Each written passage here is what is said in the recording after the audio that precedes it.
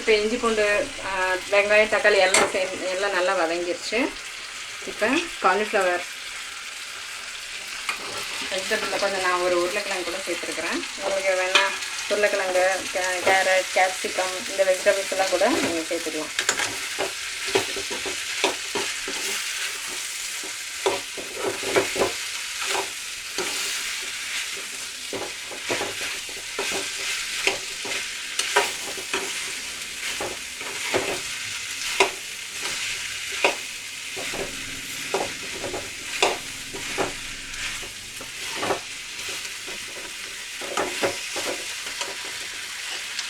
இந்த மசாலா எல்லாத்தையும் போட்டுக்கலாம்.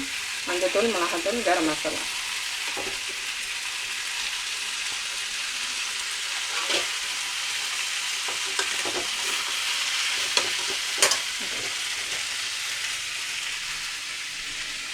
கொஞ்சம் கேரட்டு வெட்டி வச்சுருக்கிறேன். நான் ரொம்ப சின்னதாக வெட்டிட்டேன், கொஞ்சம் கூட பெருசாக வெட்டிக்கலாம்.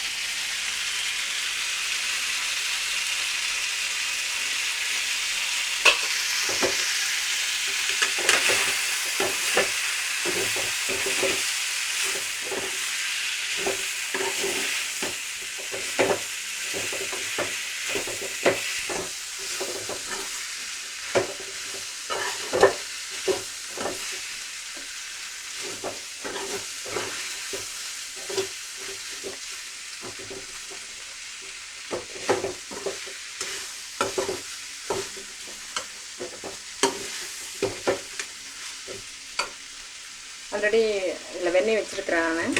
அதில் அந்த வெண்ணெய் கொஞ்சம் ஊற்றிக்குவேன். ஏன்னா கொஞ்சம் சீக்கிரம் ஆகும் அப்படின்றதுனால நான் வெண்ணெய் ஊற்றுறேன்.